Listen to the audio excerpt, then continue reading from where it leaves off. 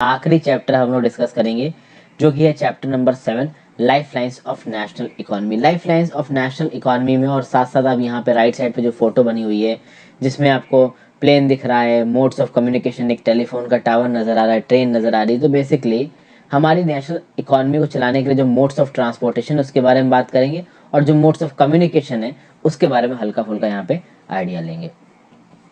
तो अगर हम लोग डेली लाइफ की बात करें, हम लोग डेली लाइफ में अलग अलग प्रकार की चीज़ें और सर्विसेज का प्रयोग करते हैं। जैसे कि हम लोग फ़ोन सर्विसेज का प्रयोग करते हैं, चीज़ों में हम लोग रोज़ सुबह चाय पीने के लिए दूध चाहिए। तो ऑब्वियस सी बात है, जो मटेरियल्स और सर्विसेज हम लोग डेली बेसिस पे इस्तेमाल कर रहे हैं ये हमारे आसपास सराउंडिंग्स में अवेलेबल है, तभी हम इस्तेमाल कर रहे हैं। तो दूध चाहिए तो दुकान से जाके दूध का पैकेट ले आओ। टेलीफोन सर्विसेज चाहिए तो आपके पास एयरटेल, वोडाफोन, बहुत तरीके के ऑप्शन है, आप जाके इनकी सर्विसेज को खरीद सकते हो। अब जब हमारे पास बात आती है चीज़ों को इस्तेमाल करने की, तो या तो हम किसी सर्विस को इस्तेमाल करेंगे, ठीक है। सर्विस मतलब टेलीफोन सर्विस हो गई, आपने अगर कोई कोचिंग ज्वाइन कर ली तो कोचिंग में आपको पढ़ाया जा रहा है तो वो भी एक तरीके की सर्विस हो गई। दूसरी चीज़ हो गई गुड्स, तो आपके पास कार है अपनी खुद की, पीने के लिए दूध है, पहनने के लिए कपड़े हैं, ये गुड्स हैं।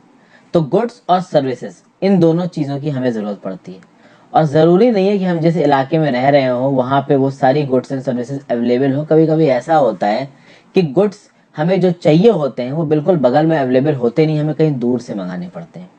क्योंकि देखिए जो गुड्स हैं वो ज़रूरी नहीं है कि डिमांड लोकल्स में अवेलेबल हो, सप्लाई लोकल में भी अवेलेबल होते हैं। देखिए सप्लाई लोकल और डिमांड लोकल दो चीज़ों का बता रखा है।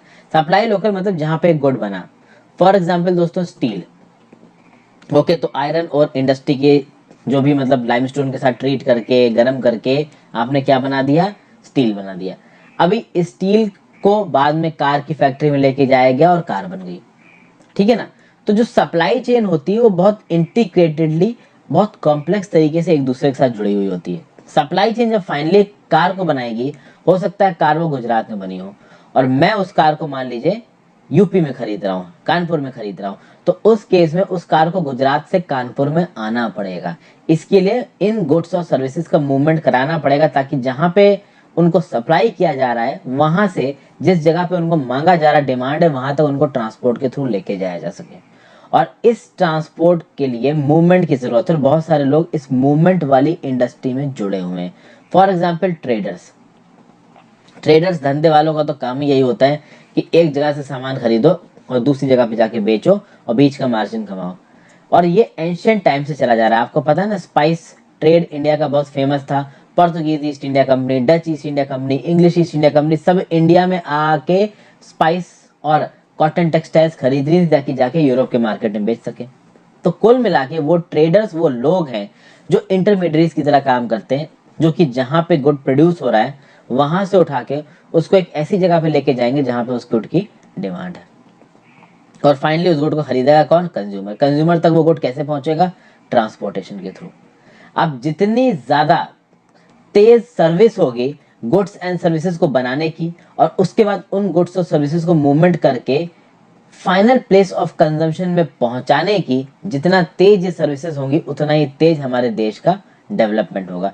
इसलिए देश के फास्ट डेवलपमेंट के लिए एफिशिएंट मीन्स ऑफ ट्रांसपोर्ट का होना बहुत जरूरी है। They are a basic prerequisite. ये हैं तो ही एफिशिएंट डेवलपमेंट होगा, नहीं तो नहीं होगा। अगर गुड्स और सर्विसेज के मूवमेंट की बात करिए तो बेसिकली तीन मीडियम्स के थ्रू ही ये मूव कर सकते हो और ये बहुत ऑब्वियस है, या तो ये जमीन पे मूव करेंगे या हवा में मूव करेंगे या पानी पे मूव करेंगे, ओके। तो यहाँ पे अब आप ट्रांसपोर्ट की क्लासिफिकेशन की बात करो, लैंड ट्रांसपोर्ट होता है, वाटर ट्रांसपोर्ट होता है, एयर ट्रांसपोर्ट होता है। तो यहाँ पे एक छोटा सा टेबल दिखा रखा है मीन्स ऑफ ट्रांसपोर्ट्स का। तो लैंड, वाटर, एयर आपको नजर आ रहा है। लैंड के अंदर रोडवेज भी है, रेलवेज भी है, पाइपलाइंस भी है। पाइपलाइन से ऑब्वियसली बात है इंसानों को नहीं भेजा जाएगा, तो पाइपलाइन से कोल को पीस के पल्वराइज करके जो उसकी स्लरी है वो बना के भेजी जा सकती है। क्रूड ऑयल को ट्रांसफॉर्म किया जा सकता है रिफाइनरी तक। तो ये सब चीजें पाइपलाइन से होती है। Water trade, water mode of transport दो तरीके का होता है, इनलैंड और ओवरसीज। तो कल की डेट में अगर आप उड़ीसा के पोर्ट को गुजरात के कांडला पोर्ट से जोड़ते हो, तो अगर गुजरात के कांडला पोर्ट से उड़ीसा के पोर्ट तक सामान शिप से जाता है तो आप कह सकते हो कि इनलैंड मीन्स ऑफ ट्रांसपोर्ट। अच्छा एक और बात मैं आपको बता दूं, इनलैंड मीन्स ऑफ ट्रांसपोर्ट कहने का मतलब यहाँ पे ये है कि जो हमारे इंटरनल वाटरवेज है उसके थ्रू सामान बेचना। अभी मैं अगर कांडला पोर्ट से उड़ीसा के पोर्ट पे सामान भेज रहा हूँ तो वो है तो कंट्री के अंदर का ही, लेकिन समुंदर के थ्रू है। यहाँ पे बात हो रही है कि हमारी जो इनलैंड रिवर्स है, जो कैनाल्स हैं, जो लेक के नेटवर्क हैं, उनका प्रयोग करके सामान हम इनलैंड वाटरवे से एक जगह से दूसरी जगह भेजें। इस टेक्नोलॉजी पे इंडिया बहुत प्रोएक्टिवली काम कर रहा है। असल में बात यह है कि चाइना और यूरोप जैसी कंट्रीज अपने इनलैंड वाटरवेज को बहुत जबरदस्त लेवल पे डेवलप कर चुके हैं। हम लोग अभी भी इसमें काम कर रहे हैं, उस लेवल पे हम नहीं पहुंच पाए। दूसरा वाटर ट्रांसपोर्ट होता है ओवरसीज, तो बड़ी बड़ी शिपिंग बाइक, Maersk shipping line, China shipping, आपने इन सब चीज़ों के कंटेनर्स देखे होंगे, पिक्चरों में अक्सर कर दिखाए जाते हैं।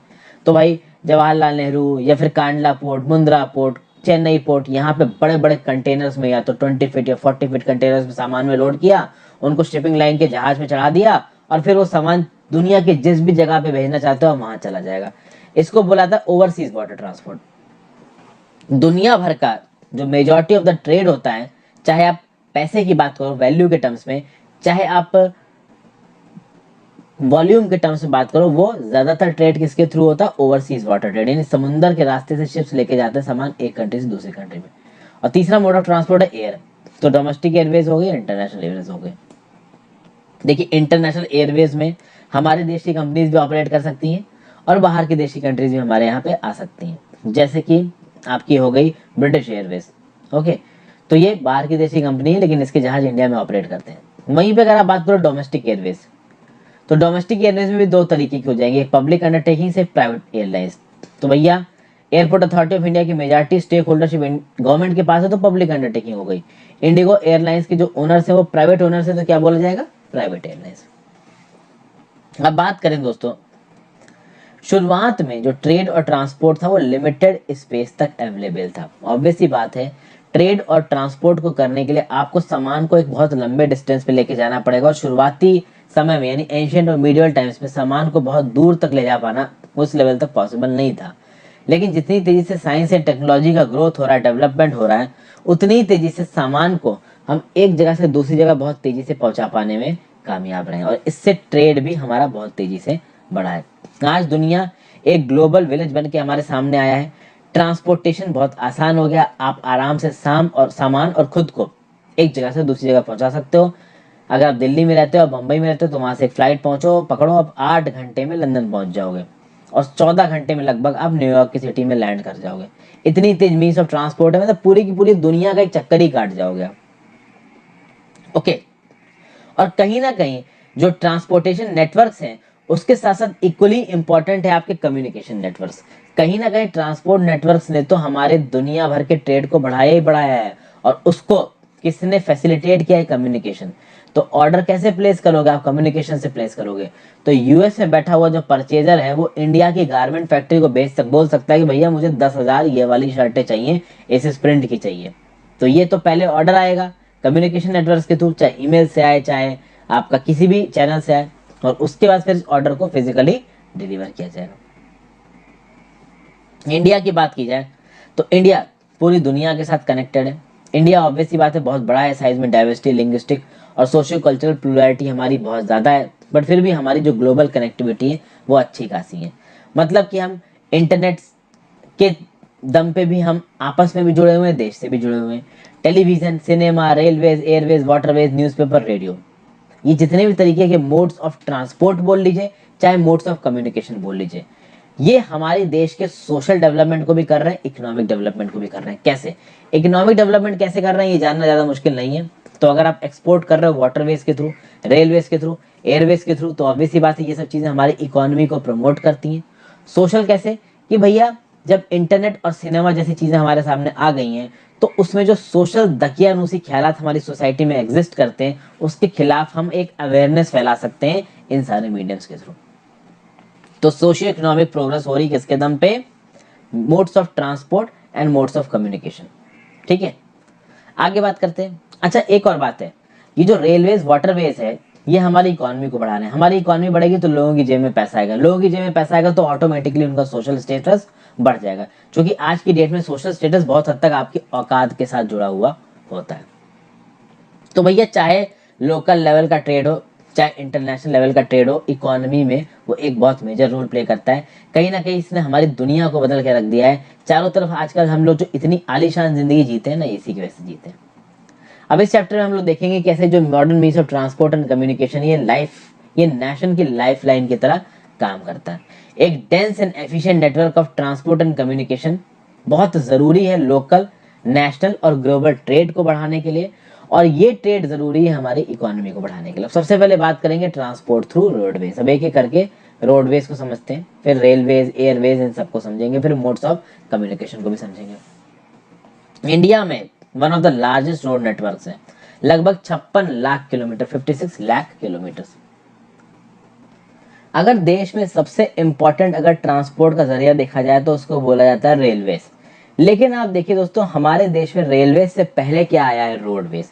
रोडवेज को आज भी रेलवेज के ऊपर एक एज मिला हुआ है। कहीं ना कहीं लोग रोडवेज को ज्यादा प्रेफर करते हैं व्हेन कंपेयर टू रेलवेज। वैसे तो रेलवेज की पेनिट्रेशन अब बहुत बढ़ गई है और लोग रेलवेज से ही जाते हैं क्योंकि वो सस्ती होती है। रेलवेज के बारे में अलग से बात करेंगे, बट फिर भी रोड ट्रांसपोर्ट भी उतना ही इंपॉर्टेंट है आज की डेट में। उसकी कुछ वजह है। देखिए, पहली बात तो रोड्स को बनाने में कम खर्चा आता है when compare to railway lines को बनाने में। दूसरा, वो टोपोग्राफी जहां पे रेलवेज नहीं पहुंच सकती वहां रोड्स पहुंच सकती हैं। ठीक है, तो फॉर एग्जाम्पल आपने फ्लाइट पकड़ी मुंबई से या दिल्ली से और आप बागडोगरा एयरपोर्ट गए सिलीगुड़ी में। अभी सिलीगुड़ी से आपको जाना है गैंगटॉक, तो आपको कैसे जाना पड़ेगा? रोड से जाना पड़ेगा। सिलीगुड़ी से गैंगटॉक में आपको ट्रेन का ऑप्शन नहीं मिलेगा क्योंकि वो ऐसी टोपोग्राफी है जहां पे ट्रेन बनानी अपने आप में मुश्किल बात है। वो अलग बात है कि आपका सिलीगुड़ी में जो न्यू जलपाई रेलवे स्टेशन है वहां से दार्जिलिंग के लिए जाती है ट्रेन, टॉय ट्रेन, ठीक है ना, बट फिर भी कहीं ना कहीं ऐसी टोपोग्राफीज में जो रोड्स हैं वो ज्यादा सक्सेसफुल है। तो भैया हमारे हिमालयाज हैं जहाँ पे माउंटेनियस टेरेन्स हैं, स्लोप्स की ग्रेडियंट ज़्यादा हैं, या फिर जहाँ की टोपोग्राफी बहुत उबड़ खाबड़ है, बहुत डिसेक्टेड है, कटी हुई है, इन जगहों पे रोड ही काम देती। इन जगहों पे रेलवे लाइंस को उस लेवल पे बना पाना काफ़ी मुश्किल है दोस्तों। उसके बाद अगर कुछ पर्सन्स को लेके जाने की बात है और कुछ गुड्स को छोटे डिस्टेंसेस में लेके जाने की बात है तो रोड ट्रांसपोर्ट इकोनॉमिकल है। रेलवे ट्रांसपोर्ट इकोनॉमिकल तब होता है जब काम बल्क में हो। हालांकि हमारे देश में काम बल्क में भी अवेलेबल है और इंडिविजुअल और कुछ छोटे ग्रुप्स में भी अवेलेबल है। दूसरी बात, अगर आप रोड ट्रांसपोर्ट की बात करो तो ये डोर टू डोर सर्विस देता है। मतलब कि मुझे अगर मुंबई से सामान लोड करके घर अपने लखनऊ पहुंचाना हो तो मैं मुंबई में अपने घर के नीचे से जो भी टेम्पू ट्राला आएगा उसमें सामान लोड करूंगा और वो लखनऊ में सीधे मेरे घर के सामने जाएगा। लेकिन अगर मैं रेलवेज के थ्रू भेजने की कोशिश करूं तो पहले तो मैं मुंबई में अपने घर में सामान को छोटे छोटे बॉक्सेस में पैक करूंगा।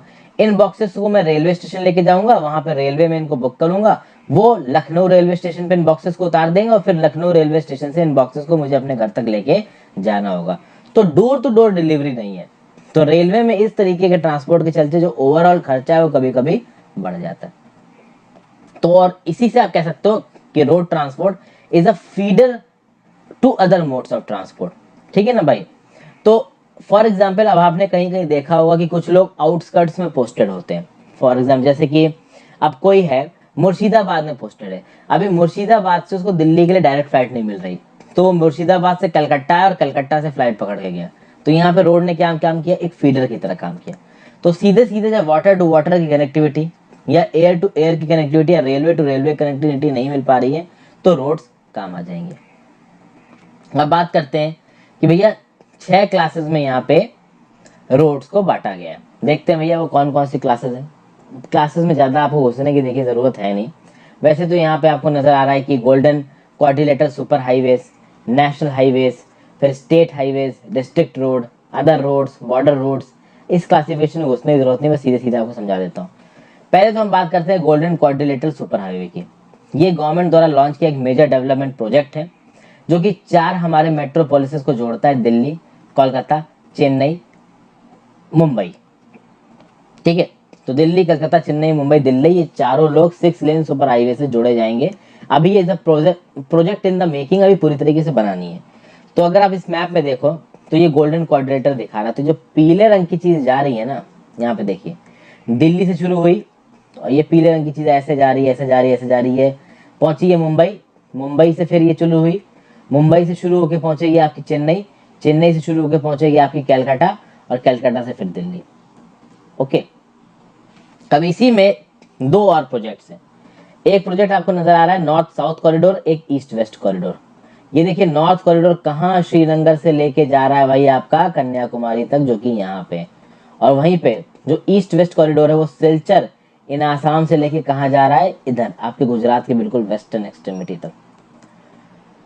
तो भाई ये जो गोल्डन सुपरलेटरल हाईवे है, क्वाड्रिलेटरल सुपर हाईवे, ये हमारे 4 मेट्रोपोलिसेस को तो जोड़ ही रहा है, ये तो हमने देख ही लिया। उसके साथ साथ इसमें 2 चीजें और हैं। एक तो नॉर्थ साउथ कॉरिडोर है जो कि श्रीनगर, जो कि जम्मू एंड कश्मीर में पड़ता है, उसको कन्याकुमारी तमिलनाडु के साथ जोड़ता है। दूसरा ईस्ट वेस्ट कॉरिडोर जो कि सिलचर आसाम को पोरबंदर गुजरात के साथ जोड़ता है। ऑब्जेक्टिव क्या है इन सुपर हाईवेज का? इन सुपर हाईवेज का ऑब्जेक्टिव ये है कि जो बड़ी मेगा सिटीज है हमारे देश की, इनके बीच में जो कनेक्टिविटी है उसमें समय कम हो जाए। मतलब अगर इन एक मेगा सिटी से दूसरी मेगा सिटी में जाना तो टाइम कम लगे और डिस्टेंस भी कम हो जाए। ये जो हाईवे प्रोजेक्ट है गोल्डन क्वाड्रिलेटरल सुपर हाईवेज को इंप्लीमेंट कौन कर रहा है? National highway authority of India. फिर बात करते हैं नेशनल हाईवेज की। देखिए गोल्डन क्वाड्रिलेटरल सुपर हाईवे तो एक अलग ही लेवल का हाईवे हो गया, 6 लेन हाईवे हो गया। उसके बाद आप बात करो नेशनल हाईवेज की। नेशनल हाईवेज भी हमारे देश के एक्सट्रीम पार्ट्स को जोड़ते हैं। प्राइमरी रोड सिस्टम में सेंट्रल गवर्नमेंट इनको डेवलप करते हैं, ठीक है। और नेशनल हाईवेज आप कह सकते हो कि इनको मेंटेन कौन करता है? तो सेंट्रल पब्लिक वर्क्स डिपार्टमेंट इनको मेंटेन करता है। भैया नॉर्थ साउथ की डायरेक्शन में और ईस्ट वेस्ट की डायरेक्शन में बहुत से नेशनल हाईवेज चलते हैं। आपको नेशनल हाईवे का एक जबरदस्त वाला मैप मिल जाएगा, आप चाहो तो इसको ट्रैक कर लो। वैसे कोई मतलब नहीं है ट्रैक करने का, इतना कौन ही ट्रैक करे बेकार में, समय की बर्बादी। आगे चलते हैं, शेरशाह सूरी मार्ग की बात कर लीजिए। ये नेशनल हाईवे नंबर 1 पे पड़ता है दिल्ली और अमृतसर के बीच में। एनसीईआरटी की इन्फॉर्मेशन है तो हमने देख ली। यहाँ पे आपको एक्सप्रेसवे नजर आ रहा है अहमदाबाद वडोदरा का। एक्सप्रेसवे की खास बात ये होती है कि इनमें गाड़ियां बहुत स्पीड में जाती हैं। फिर बात करते हैं स्टेट हाईवेज की। स्टेट हाईवेज क्या होते हैं? जो स्टेट की कैपिटल को अलग अलग डिस्ट्रिक्ट हेडक्वार्टर से जोड़ते हैं, उनको बोला जाता है स्टेट हाईवे। नेशनल हाईवे तो भैया पूरी कंट्री को जोड़ रहे हैं, और स्टेट हाईवे मतलब एक स्टेट के अंदर स्टेट की कैपिटल को उसके अलग अलग डिस्ट्रिक्ट हेडक्वार्टर से जोड़ने के लिए क्या बनाए गए? स्टेट हाईवे बनाए गए। इनको state public works department maintain करता है, कंस्ट्रक्ट करता है, स्टेट और यूनियन टेरिटरीज में ऑपरेट करते हैं। यहाँ पे हम लोग डिस्ट्रिक्ट रोड्स के बारे में शुरुआत करेंगे। क्या होते हैं डिस्ट्रिक्ट रोड्स? देखिए जैसा कि मैंने आपको बताया था कि स्टेट नेशनल हाईवेज पूरे देश भर में फैले हुए हैं। स्टेट हाईवेज किसी एक स्टेट की कैपिटल को उसके आउटस्कर्ट्स एरिया से जोड़ते हैं। जब बात होती है डिस्ट्रिक्ट रोड्स की, तो डिस्ट्रिक्ट रोड डिस्ट्रिक्ट हेडक्वार्टर्स को डिस्ट्रिक्ट के अंदर जो दूसरे आउटस्कर्ट्स के इलाके हैं उनसे जोड़ते हैं। तो अगर आप डिस्ट्रिक्ट रोड की बात करो दोस्तों, तो इनको मेंटेन कौन करता है? जिला परिषद मेंटेन करता है। और आपको पता है कि जिला परिषद पूरी तरीके से स्टेट गवर्नमेंट के अंदर आता है। तो कहीं ना कहीं जो स्टेट रोड्स हैं और जो डिस्ट्रिक्ट रोड्स हैं वो सीधे सीधे स्टेट गवर्नमेंट के अंदर में आ रहे हैं, बट फिर भी सेंटर की तरफ से इनके डेवलपमेंट के लिए पैसा जाता है। फिर बात करें अदर रोड्स की। अदर रोड्स में जो सबसे ज्यादा प्रोमिनेंट है वो है रूरल रोड्स, जिनको बोला जाता है गांव की रोड्स। तो जो रूरल इलाके हैं हमारे देश के, जहाँ पे हमारी मैक्सिमम पॉपुलेशन रिजाइड करती है, इनको टाउन्स के साथ जोड़ना। तो रूरल इलाके और गांव को टाउन्स के साथ जोड़ने के लिए जो सड़कें हैं वो आती हैं आपकी अदर रोड्स की कैटेगरी में। और इन सड़कों को डेवलप करने के लिए स्कीम चलाई गई थी कुछ साल पहले, जिसका नाम था प्रधानमंत्री ग्रामीण सड़क योजना। ओके, क्या एम था स्कीम का? कि देश के हर गांव को एक मेजर टाउन के साथ जोड़ा जा सके, एक ऑल सीजन मोटरेबल रोड। तो चाहे भीषण गर्मी हो, चाहे बर्फ पड़ रही हो, ये जो आउटस्कर्ट्स वाले इलाके हैं ये किसी बड़े टाउन के साथ सस्टेनेबल बेसिस पे जुड़े रहे। आगे बात करते हैं बॉर्डर रोड्स की। इसमें बात करेंगे कि देखिए बॉर्डर रोड ऑर्गेनाइजेशन करके दोस्तों एक गवर्नमेंट ऑफ इंडिया के अंदर पीएसयू, ये क्या करता है? बॉर्डर इलाके में जो भी हमारी सड़कें हैं, और बॉर्डर इलाके आपको कहाँ नजर आ रहे हैं? जम्मू एंड कश्मीर। भैया ये चाइना के साथ भी बॉर्डर बना रहा है, पाकिस्तान के साथ भी बॉर्डर बना रहा है। फिर राजस्थान का इलाका हो गया, गुजरात का इलाका हो गया, उत्तराखंड हो गया, अरुणाचल प्रदेश हो गया, नागालैंड, मणिपुर, मिजोरम हो गया। तो ये जो बॉर्डर इलाके हैं, सिक्किम हो गया, यहाँ पे रोड्स को बनाने का ठेका कौन ले रखा है? किसने ले रखा है? बॉर्डर रोड ऑर्गेनाइजेशन ने। और ऐसा नहीं है दोस्तों कि बॉर्डर रोड ऑर्गेनाइजेशन केवल इंडिया में एक्टिव है, ये दूसरे देशों में भी एक्टिव है। फॉर एग्जाम्पल आपका श्रीलंका, फॉर एग्जाम्पल अफगानिस्तान। तो हमारे बॉर्डर इलाकों में रोड्स बनाने का काफी हद तक जो रिस्पॉन्सिबल ऑर्गेनाइजेशन है वो है बीआरओ। इसको 1960 में 1960 में बनाया गया था, ताकि रोड्स ऑफ स्ट्रेटेजिक इंपॉर्टेंस। जब गलवान वैली में क्लैश हुआ था दोस्तों, हमारे 20 जवान शहीद हुए थे। उसके बाद एक मिशन मोड में सरकार ने रोडें बनाई है लद्दाख में, ताकि हमारे सोल्जर्स की ऑल वेदर कनेक्टिविटी हो सके इस लद्दाख रीजन के साथ, ठीक है ना। ताकि अक्साई चीन पे जो चाइना कब्जा करके बैठ गया है वो और अंदर लद्दाख में ना आ जाए, इसलिए ऑल सीजन मोटरेबल रोड्स बनाने के लिए बॉर्डर रोड ऑर्गेनाइजेशन ने एक लीड ली थी और जबरदस्त तरीके से इंफ्रास्ट्रक्चर को बनाया है। उसी तरीके से नॉर्दर्न इलाकों के साथ साथ जो नॉर्थ ईस्टर्न इलाका है, जो हमारा नॉर्थ ईस्ट वाला इलाका है, अरुणाचल प्रदेश जो कि चाइना के साथ बॉर्डर बनाता है, सिक्किम जो कि चाइना के साथ बॉर्डर बनाता है, नागालैंड, मणिपुर, मिजोरम जो कि म्यांमार के साथ बॉर्डर बनाते हैं, इनके बॉर्डर रोड्स को भी प्रॉपर तरीके से बनाया जा सके ताकि हमारी आर्मी और लोगों की एक्सेसिबिलिटी रहे। और बॉर्डर रोड्स को बनाने का एक और फायदा है, जो पिछड़े हुए इलाके होते हैं ना आउटस्कर्ट्स में, इनका इकोनॉमिक डेवलपमेंट भी हो सके। ये देखिए आपको यहाँ पे हिल ट्रैक दिख रहा है। अब आप इस हिल ट्रैक को समझ सकते हो कि पहले पूरा का पूरा पहाड़ रहा होगा, इस पहाड़ों को काट के बीच से सड़क निकाली गई है। तो कितना मुश्किल है इस इलाकों में सड़कें बनाना। आगे बात करते हैं दोस्तों, लाइक बटन दबा दीजिए वीडियो पे, चैनल को सब्सक्राइब कर लीजिए अगर अब तक आपने नहीं किया है तो। आप चैनल पे ज्वाइन बटन दबा के मेरी हेल्प भी कर सकते हैं, आपको कुछ और वीडियोस भी मिल जाएंगी। ऑलमोस्ट आपका पूरा का पूरा सिलेबस में फ्री में करवा रहा हूँ, तो आप ज्वाइन बटन तो दबा ही सकते हो। इंस्टाग्राम पे फॉलो कर लीजिए, वहाँ पे आपके सारी जेन्युइन डाउट्स के जवाब दूंगा। टेलीग्राम ग्रुप ज्वाइन कर लीजिए, वहाँ पे आपको लेक्चर्स की नोटिफिकेशन मिल जाएगी। यूट्यूब सारे लेक्चर्स की नोटिफिकेशन नहीं देता है, तो मैं सारे के सारे यूट्यूब वीडियोस के लिंक टेलीग्राम ग्रुप में शेयर करता ही करता हूँ। साथ साथ जो मेरी करंट अफेयर्स की पीडीएफ है वो भी मैं वहाँ पे शेयर करता हूँ। अब आगे बात करते हैं, देखिए यहाँ पे एक और अरुणाचल प्रदेश का सीन है, वो भी ठंडी का सीन है। नॉर्थ ईस्टर्न बॉर्डर रोड है और उस पर आपको ट्रक्स जाते नजर आ रहे हैं। पूरी की पूरी बर्फों से जड़ी हुई है सड़क। तो बर्फों की जो ड्रेजिंग होती है, मतलब इन सड़कों पर से बर्फ हटाना, ये काम भी अक्सर कर चलता रहता है और इस काम को भी बॉर्डर रोड ऑर्गेनाइजेशन करवाता है। अब देखिए, जब रोड बनाई जाती है ना, तो किस मटेरियल के आधार पे वो बनाई जाती है उस हिसाब से भी रोड्स का क्लासिफिकेशन होता है। तो अनमेटल रोड्स होती है और मेटल रोड्स होती है। मेटल रोड कौन सी रोड होती है? जो कि सीमेंट से बनी है, कंक्रीट से बनी हुई, इनफैक्ट कोल के कुछ कंस्टिट्यूएंट से बनी हुई हैं। ये ऑल वेदर रोड्स होती हैं, ये कभी भी इनएक्टिव नहीं होती हैं, हमेशा ये फंक्शनल होती हैं। जो अनमेटल रोड्स होती हैं वो हमेशा फंक्शनल नहीं होती, तो रेनी सीजन में आप अनमेटल रोड्स को इस्तेमाल नहीं कर सकते।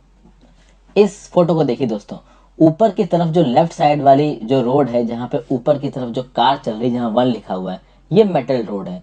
तो नेशनल हाईवे, स्टेट हाईवेज आपको इस तरीके की दी जाएंगे। वहीं पर राइट साइड में जो बंदा आपको बाइसिकल लेके जाता नजर आ रहा है, ये भी आपको रोड ही नजर आ रही है, बट किसी भी प्रकार की ये मेटल रोड नहीं, अनमेटल्ड है। तो कहीं बहुत ज्यादा पानी भर गया, कुछ हो गया, तो ये जो रोड है वो इनएक्सेसिबल हो जाएगी। ये जो मेटल वाली रोड है, इसके ऊपर पानी गिरेगा तो स्लाइड होकर साइड में चला जाएगा, ये रोड काम करती रहेगी। मेटल रोड के ऊपर अगर बर्फ जमा होती है तो उस बर्फ को भी आप आराम से साइड कर सकते हो। ठीक है, तो ये तो बात हो गई रोड्स की दोस्तों। अब हम बात करते हैं रेलवेज की। देखिए, रेलवेज भी they are the principal mode of transportation for freights and passengers. Mass basis पे जब भी ट्रांसपोर्टेशन की बात आती है, चाहे आपको लोगों को ट्रांसपोर्ट करना हो एक जगह से दूसरी जगह, चाहे आपको सामान को ट्रांसपोर्ट करना हो एक जगह से दूसरी जगह, तो रेलवेज का कोई तोड़ नहीं है अगर आप मास लेवल पे ट्रांसपोर्टेशन की बात कर रहे हो।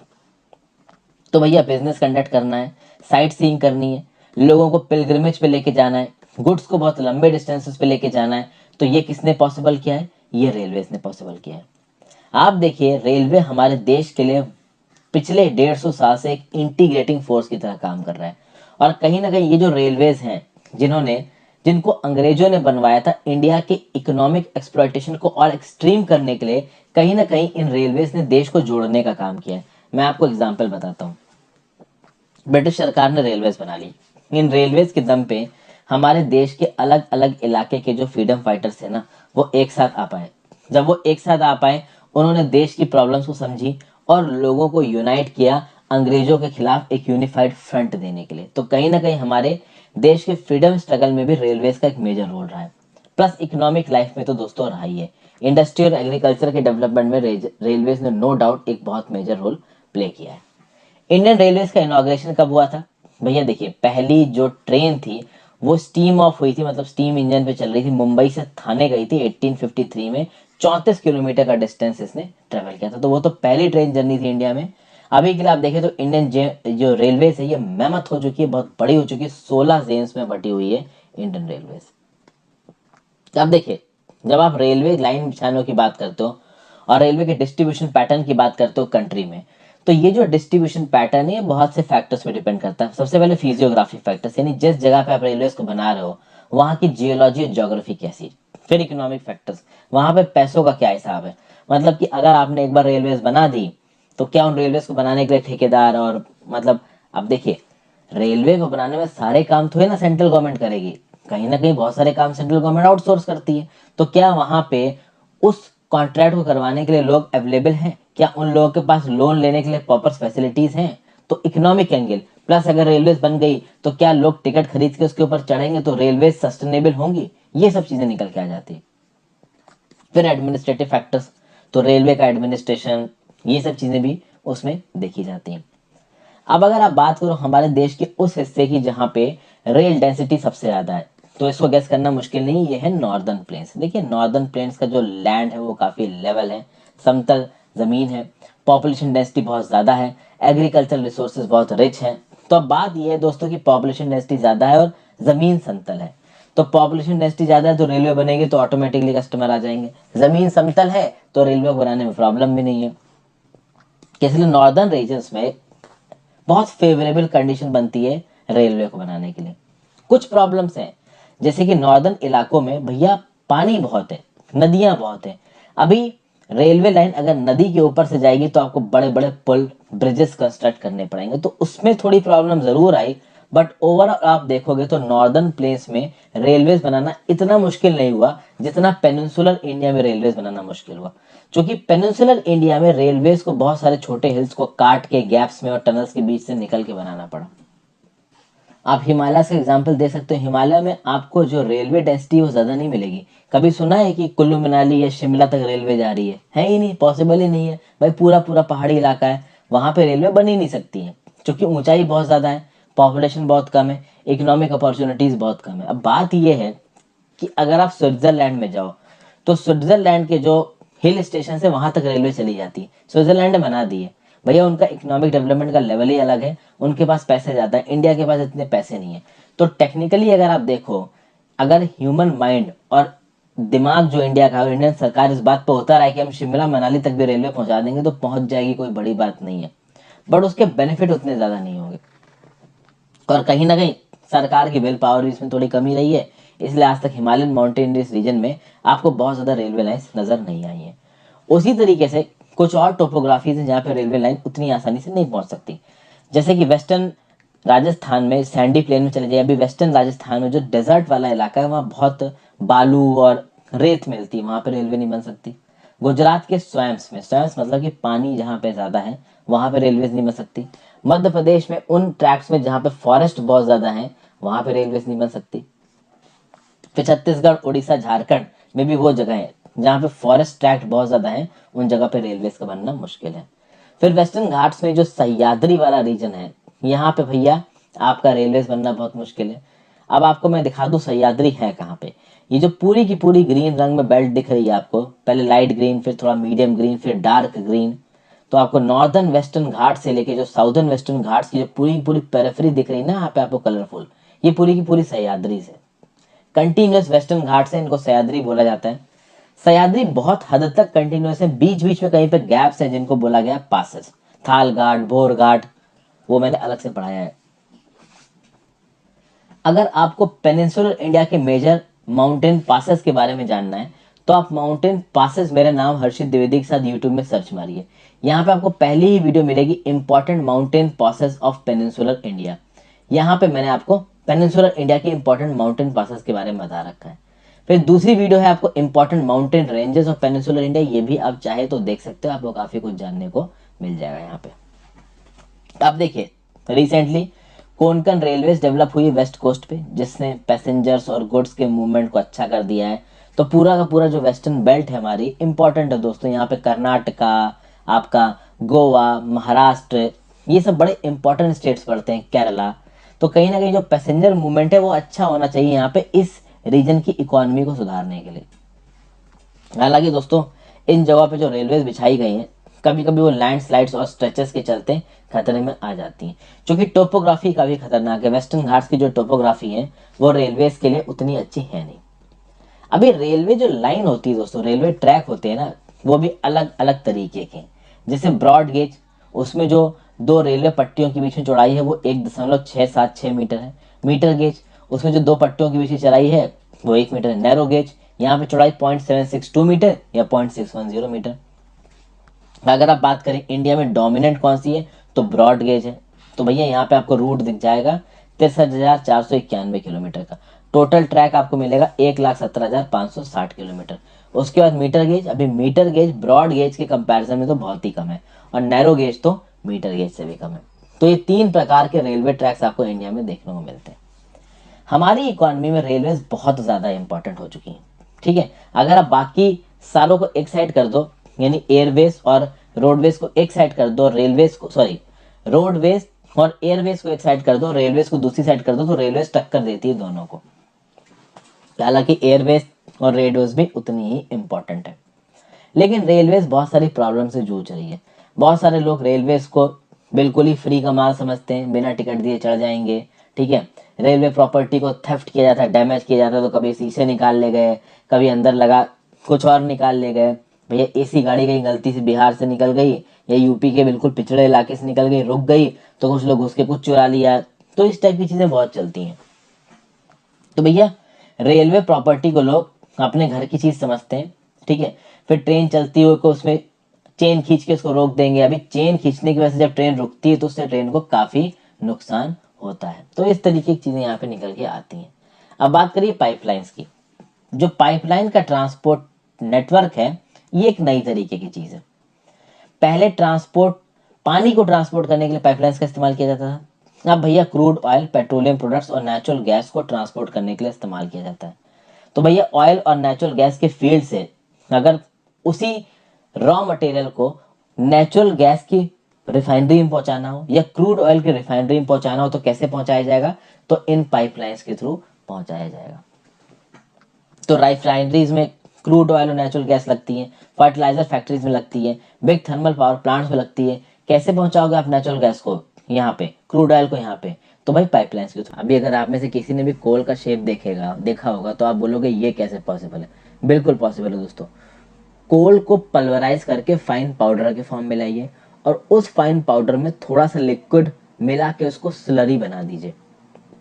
तो कोल को बिल्कुल फाइन पाउडर के टर्म्स में ले आइए, और उसके बाद मतलब पूरा तरीके से पीस के, जिसको पल्वराइज्ड कोल बोला जाता है, और इसको हल्का फुल्का एक लिक्विड के साथ मिला के, पानी के साथ मिला के स्लरी बना के आप इसको भी लंबे डिस्टेंसेस तक ट्रांसफर कर सकते हैं।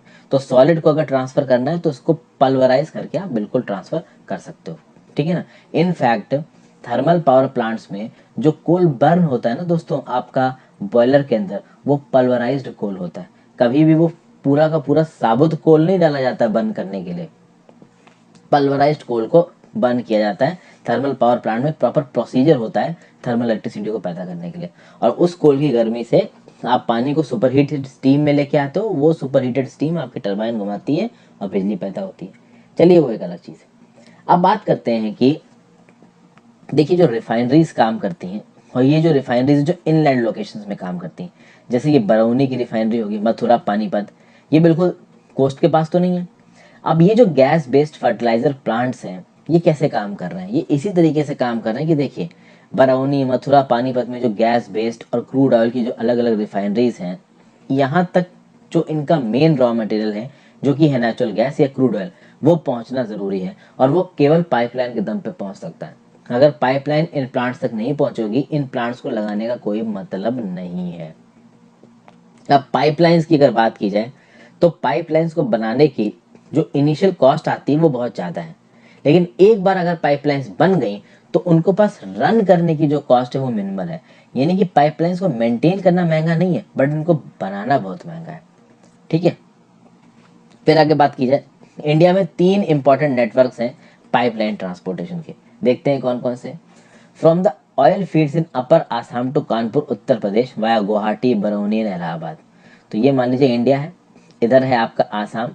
तो आसाम से पहुंचना है आपको कहाँ पे, कानपुर के लगभग। तो कानपुर से पहले इलाहाबाद आएगा, और बीच में आपका गुवाहाटी और बरौनी भी आएगा। तो एक तो ये पाइपलाइन हमारे यहाँ पे, इसकी ब्रांचेस जाती हैं Barauni to Haldia via Rajband, Rajband to Maurigram, Guwahati to Siliguri. Exactly इनको मैप में आपको मैप करने की जरूरत नहीं है, बस हल्का फुल्का आइडिया रखिए। ठीक है, कि हमारे देश में भी पाइपलाइन ट्रांसपोर्टेशन नेटवर्क है, जिसके थ्रू क्रूड ऑयल और नेचुरल गैस एक जगह से दूसरी जगह ट्रांसफर किया जा सकता है। आगे आने वाले समय में कोई बहुत आश्चर्य नहीं होगा कि घरों के अंदर नेचुरल गैस के कनेक्शन होंगे। तो आज की डेट में आप खाना कैसे पकाते हो भाई, एलपीजी सिलेंडर आते होंगे आपके घर में, ज़्यादातर केसेस में एलपीजी सिलेंडर आते हैं। बट यूरोपियन कंट्रीज़ में चीज़ें बदल चुकी हैं। यूरोपियन कंट्रीज़ में घर के अंदर सीधे सीधे गैस कनेक्शन आता है, और जैसे इलेक्ट्रिसिटी का मीटर होता है वहाँ पे गैस कनेक्शन का एक मीटर लगा हुआ होता है, तो उसमें रिकॉर्ड हो जाता है कि आपने कितनी गैस इस्तेमाल करी, और उसके हिसाब से आपको बिल मिल जाता है। इंडिया में भी इस तरीके की टेक्नोलॉजी को लाने की कोशिश की जा रही है। यूरोप जितने तो हम एडवांस्ड है नहीं, थोड़ा समय लगेगा, बट हाँ हमारे यहाँ पे भी ये टेक्नोलॉजी आ जाएगी, देर आएगी बट आएगी ज़रूर, दुरुस्त आएगी। फिर बात करते हैं एक और पाइपलाइन ट्रांसपोर्टेशन का नेटवर्क है। सलाया नाम की जगह है गुजरात में, to Jalandhar in Punjab via Viramgam, Mathura, Delhi and Sonipat. इसकी ब्रांचेस कोयाली गुजरात में भी जाती हैं, चक्षु और दूसरी कुछ जगहों पे जाती हैं। और तीसरी गैस पाइपलाइन जिसके बारे में आपने सबसे ज़्यादा सुना होगा वो है हजीरा। तो हजीरा इन गुजरात से जगदीशपुर इन उत्तर प्रदेश जाएगी वाया विजयपुर इन मध्य प्रदेश। इसकी ब्रांचेस राजस्थान के कोटा में पहुंचती हैं, शाहजहांपुर, बरबराला और कुछ और जगह हैं उत्तर प्रदेश में, वहां तक भी पहुंचती हैं। जगहें आपने सुनी भी नहीं होंगी, ज़्यादा सुनने की आपको ज़रूरत है भी नहीं भाई, बबराला जैसी जगह तो मैं खुद ही आज पहली बार सुन रहा हूँ। ठीक है, तो pipeline transportation network is very important for India. अभी के लिए इसकी इंपॉर्टेंस उतनी नहीं दिखती है, क्योंकि जो इसके कस्टमर्स हैं वो बड़े बड़े इंडस्ट्रियल हाउसेस हैं। लेकिन जैसे जैसे समय बीतेगा, जैसे जैसे इनकी पेनिट्रेशन घर पे इंडिविजुअल रिटेल लेवल पे बढ़ेगी, तैसे तैसे आपको इनकी इंपॉर्टेंस पता चलती जाएगी। फिर बात करते हैं कि इसकी फाइनली वाटरवेज की। देखिए भैया, इंडिया हमेशा से ही सी ट्रेड के लिए फेमस रहा है। आज से नहीं, एंशियंट टाइम से इंडिया में सी ट्रेड हो रहा है। जो सीमन है वो तैर के, मतलब कि पहले क्या होता था दोस्तों, मैं बताता हूँ, जो ट्रेड होता था उसमें जो जो ये लोग नाव लेके निकलते थे ना, ये लैंड मास के बगल बगल से निकलते थे। तो पहले मान लीजिए इंडिया और इधर अफ्रीका का कोस्ट है, तो ऐसे नहीं जाएंगे, लैंड मास के पास से होते हुए जाएंगे, ताकि उनको ज़मीन दिखती रहे, तो अगर शिप को कुछ नुकसान हो तो वो ज़मीन की तरफ आ जाए। बाद में धीरे धीरे जब शिपिंग इंडस्ट्री बड़ी होगी तो वो मिड ओशंस को और ओपन ओशंस को भी ट्रेवर्स करने लगेंगे। तो वाटरवे के मामले में इंडिया पहले से ही वाटरवेज में बहुत ज़्यादा इन्वॉल्व रहा है। इंडियन कॉमर्स और कल्चर ने फला फूला है किसके दम पे, वाटर ट्रांसपोर्ट के दम पे। वाटर ट्रांसपोर्ट इसलिए भी इम्पोर्टेंट है कि जो बल्कि और हैवी टाइप का मटेरियल है उसको वाटर ट्रांसपोर्ट के थ्रू ही भेजा जाता है। तो अगर कोयले को इम्पोर्ट करना है इंडिया के अंदर, मेटलर्जिकल कोल को इम्पोर्ट करना है जिसको कुकिंग कोल भी बोलते हैं, तो वो समुद्र के रास्ते आता है, उसको आप एरोप्लेन से नहीं मंगा सकते। और इंटरनेशनल एरेना में कोई पाइप रेलवे लाइन तो है नहीं। तो अगर आपको अफ्रीकन कंट्री से कोयला मंगाना है या फिर यूएई से नेचुरल गैस या क्रूड ऑयल मंगाना है, तो क्या आपकी कोई रेलवे लाइन है? रेलवे लाइन है नहीं, एरोप्लेन से आप ला नहीं सकते, तो आएगा किससे? शिपों से आएगा। तो जो हैवी और बल्की गुड्स होते हैं उसके लिए waterways are the best source of transportation. Fuel efficient होते हैं और environmental friendly mode of transport है। इंडिया में अगर आप इनलैंड नेविगेशन की बात करो तो 14,500 किलोमीटर है। अभी बाहर से अगर हमको अपने रिक्वायरमेंट के लिए फ्यूल मंगाना है, बल्कि फ्यूल, तो वो वाटरवे से आएगा। इंडिया के अंदर डोमेस्टिकली अगर आप बात करिए तो 14,500 किलोमीटर लेंथ के इनलैंड वाटरवे हैं, जिसमें से 5,685 नेविगेबल है बाय मैकेनाइज्ड वेसल। आप बोलोगे नेविगेबल का क्या मतलब है? देखिए दोस्तों, जब कोई एक बड़ा शिप लोगों को भर के या सामान को भर के एक जगह से दूसरी जगह लेके जा रहा है, तो हमको इस बात को इंश्योर करना पड़ेगा कि वो शिप जिन जगहों से निकले वो जगहें इतनी नैरो ना हो कि शिप वहां पे लड़ जाए। फिर जो भी उस शिप का वजन है, उस वजन को झेलने की ताकत भी होनी चाहिए। तो अगर पानी की डेप्थ कम है और शिप का भार ज्यादा है तो शिप नीचे बेस से टकरा जाएगा पानी के नीचे, तो पानी की गहराई ज्यादा होनी जरूरी है। इसलिए पूरा का पूरा जो 14,500 किलोमीटर का इनलैंड वाटरवे है वो हम पूरा नहीं यूटिलाइज कर पाते हैं। उसमें से केवल 5,685 नेविगेबल है, जिसको इंटरनल ट्रेड के लिए इस्तेमाल किया जा सकता है। तो गुड्स को भी इनके थ्रू लेके जा सकता है और लोगों को भी इनके थ्रू लेके जा सकता है। कुछ वाटरवेज को नेशनल वाटरवेज डिक्लेयर कर रखा है हमारी गवर्नमेंट ऑफ इंडिया ने।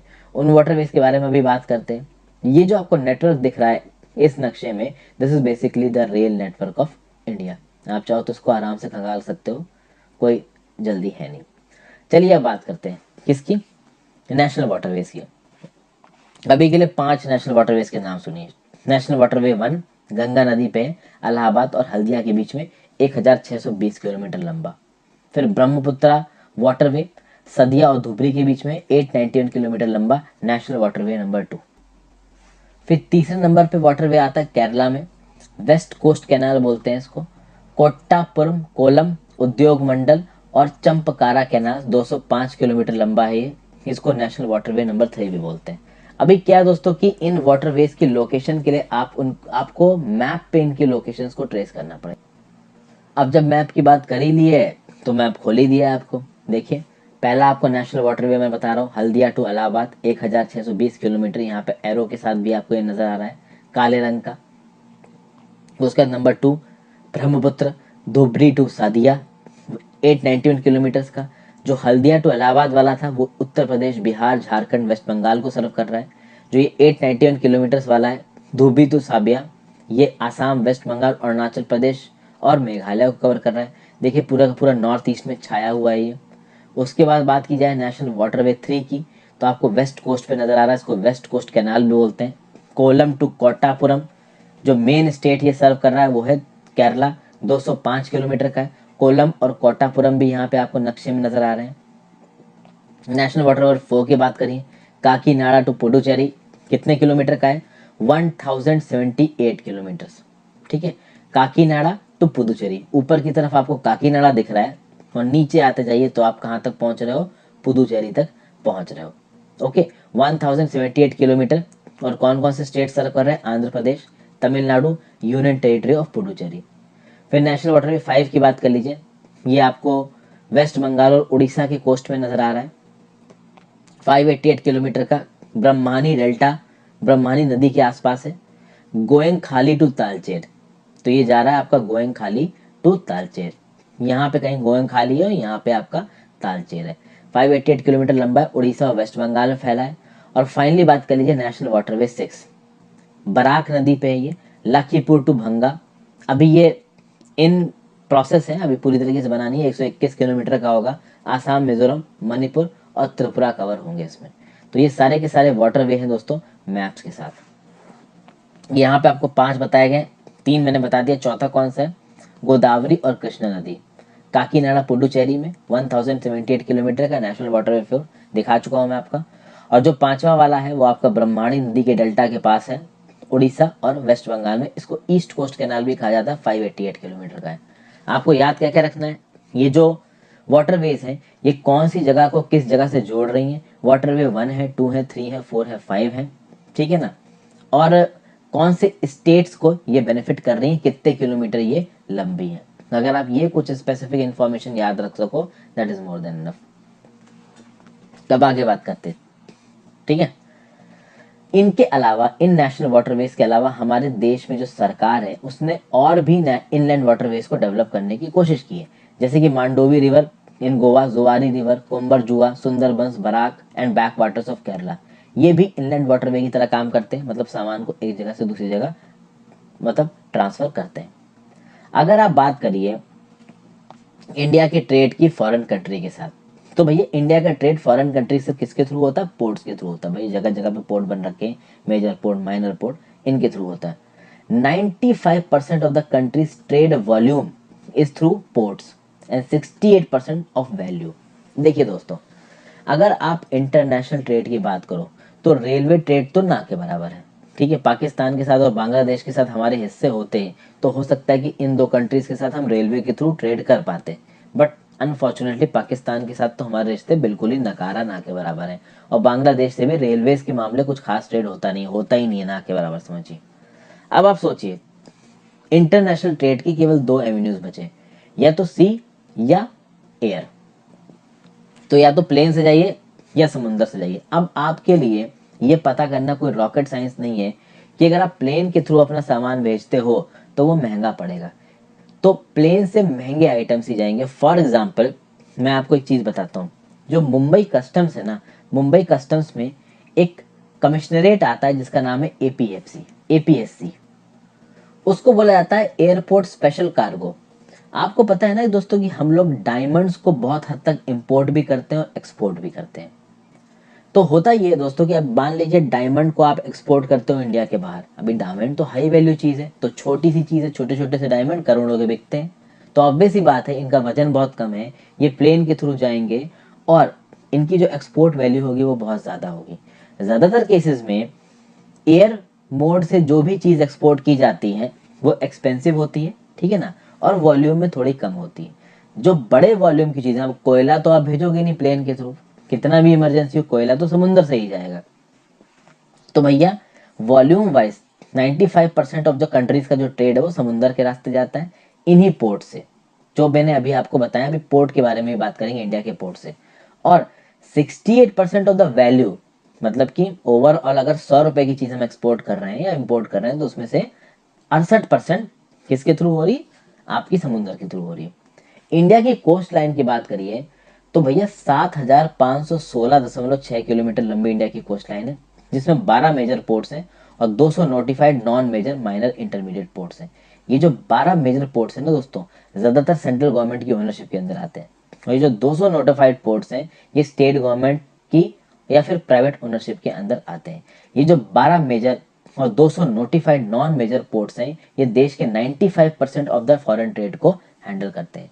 जैसा कि मैंने अभी आपको ऊपर बताया ना कि 95% of the countries trade volume is through ports, तो ये 95% वॉल्यूम की बात हो रही है। ओवरऑल वैल्यू की बात करेंगे तो ये कम होगी, जो कि मैंने अभी आपको बता दिया 68% है।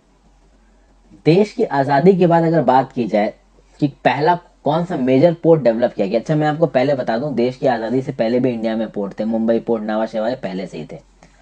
देश की आज़ादी के बाद कांडला को डेवलप किया गया।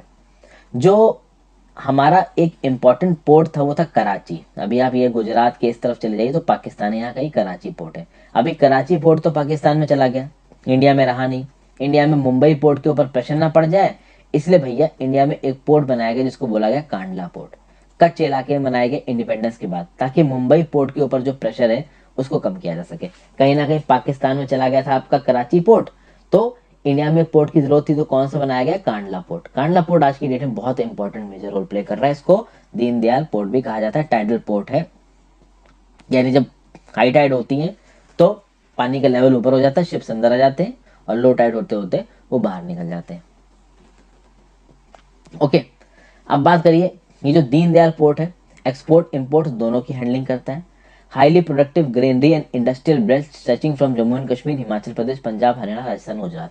मैंने आपको बताया कि गुजरात, महाराष्ट्र ये दोनों इंडस्ट्रियली एडवांस्ड स्टेट्स हैं।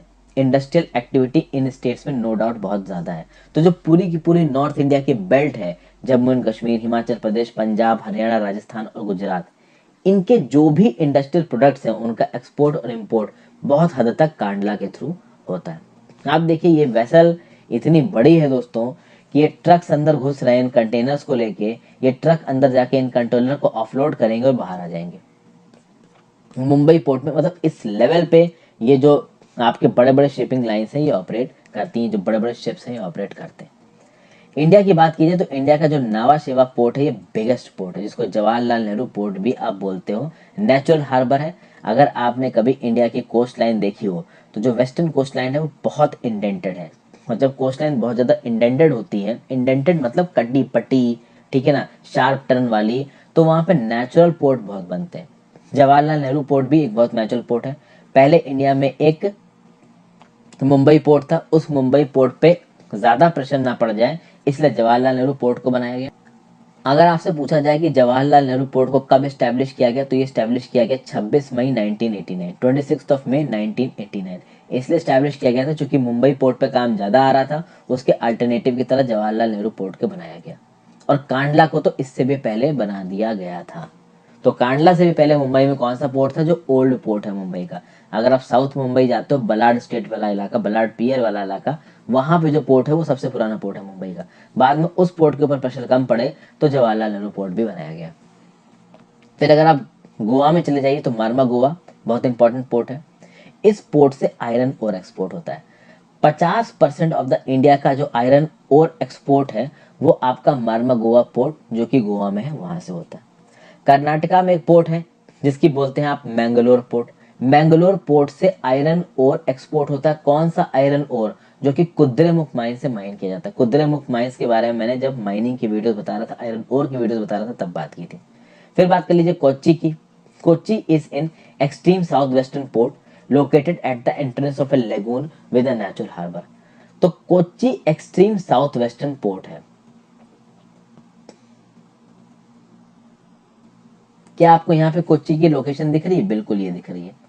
तो ये इंडिया का साउदर्न इलाका, ये वेस्टर्न इलाका, उसके बीच में साउथ वेस्टर्न पोर्ट है आपका कोच्चि। मैं बस आपको लोकेशन दिखा रहा हूँ, उतना इंपॉर्टेंट नहीं है, ठीक है। तो कोच्चि की लोकेशन हमने देखी, पता होना चाहिए कि कहाँ कहाँ पे पोर्ट्स हैं, अभी आगे भी दिखाए जाएंगे। फिर अगर आप ईस्ट कोस्ट की बात करो इंडिया की, तो जो साउथ ईस्टर्न पोर्ट है वहाँ पे बहुत इंपॉर्टेंट पोर्ट है तमिलनाडु का टूटीकोरिन, ये भी एक नेचुरल हार्बर है। अभी टूटीकोरिन पोर्ट इंपॉर्टेंट क्यों हो जाता है? क्योंकि टूटीकोरिन के आसपास का जो इलाका है वो इंडस्ट्रियल बेल्ट है तमिलनाडु की, और वहाँ अच्छे खासे बिजनेसेस हैं, तो जो ट्रेड है वो फ्लोरिश कर रहा है। बहुत अलग अलग प्रकार के कार्गोस हो यहाँ से एक्सपोर्ट किया जाता है और इम्पोर्ट भी किया जाता है। जो ट्रेड है वो नेबरिंग कंट्री जैसे कि श्रीलंका, मालदीव्स के साथ हो रहा है। Okay, Chennai is one of the oldest artificial ports of the country. Chennai एक आर्टिफिशियल पोर्ट है। अगर आप मुंबई के बाद volume of trade and cargo की बात करोगे तो सबसे ज्यादा कहाँ है? चेन्नई में है। विशाखापट्टनम की बात कर लीजिए तो this is the deepest landlocked and well protected port. अब एक बार यहाँ पे वापस आते हैं।